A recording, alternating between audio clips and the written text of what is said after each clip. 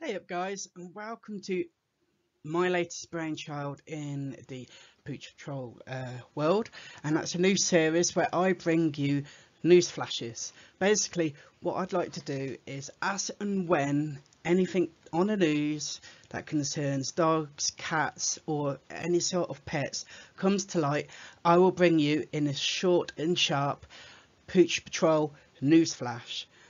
It could be anything from latest laws to, uh, for example, the removal of, say, dog food that's been recalled, or anything like that.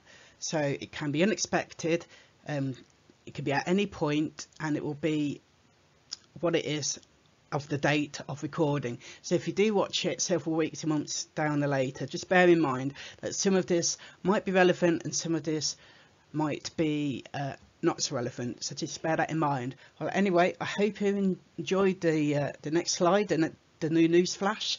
Sit down, buckle up, grab a coffee, and I hope you enjoy.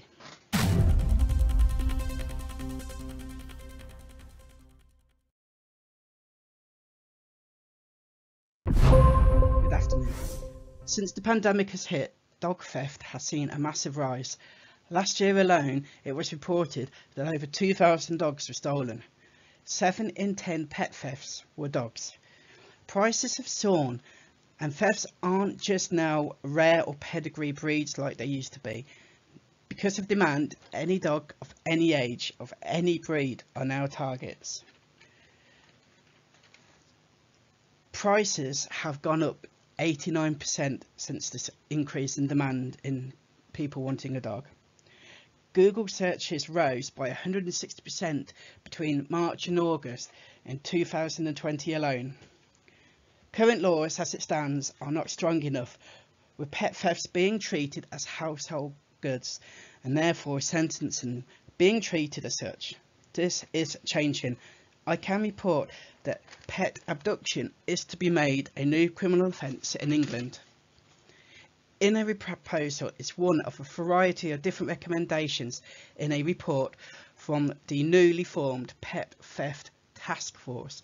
This task force comprises of government officials, police, prosecutors and local authorities, and they are all gathering all information and trying to put forth recommendations on how they can deal and sentence dog theft.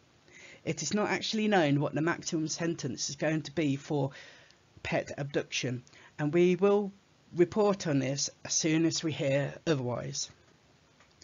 The task force recommendations include requiring additional information when registering a microchip, especially when transferring ownership. More straightforward access to different microchip databases available to make it easier to track lost or stolen dogs. Improving collection and recording of data on pet thefts. Further initiatives by police and others to raise awareness about prevention tips. And just on that, if you go into one of our previous Pooch Patrol videos, I will link it in the comments below. I have listed ways in which you can prevent dog prevention and all the different methods that you can look out for. The task force also looked at measures such as requiring proof of identification for all online pet adverts and allowing owners to register their dogs with police, including photos and DNA, as well as contact and microchip information. Officials hope these proposals make it more difficult for thieves to abduct and sell on pets, and then also make it easier for police to apprehend offenders, and the sentences and penalties handed to officers will reflect the impact on the animal. Home Secretary Priti Patel has stated stealing a pet is an awful crime which can cause families great emotional distress, while callous criminals line their pockets. The new offensive of pet abduction acknowledges that animals are far more than just property and will give police an additional tool to bring these sickening individuals to justice. George Eustice, the Environment Secretary, has stated, "Reports of a rise in pet thefts have been worrying. and that owners should not have to live in fear.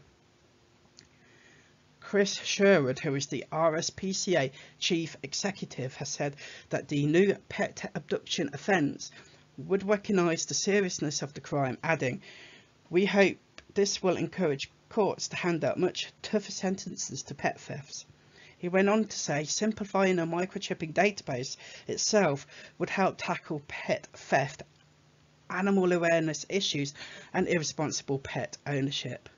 While Diane James from the Blue Cross Animal Welfare Charity has said the organisation has hoped the new sentencing laws were brought in swiftly. She added, "We would still advise owners to continue to be vigilant and follow advice to prevent becoming a victim of this abhorrent crime."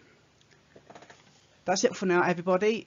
Stay safe, look after your pets, and we will report any more news as it comes in. Thank you for watching.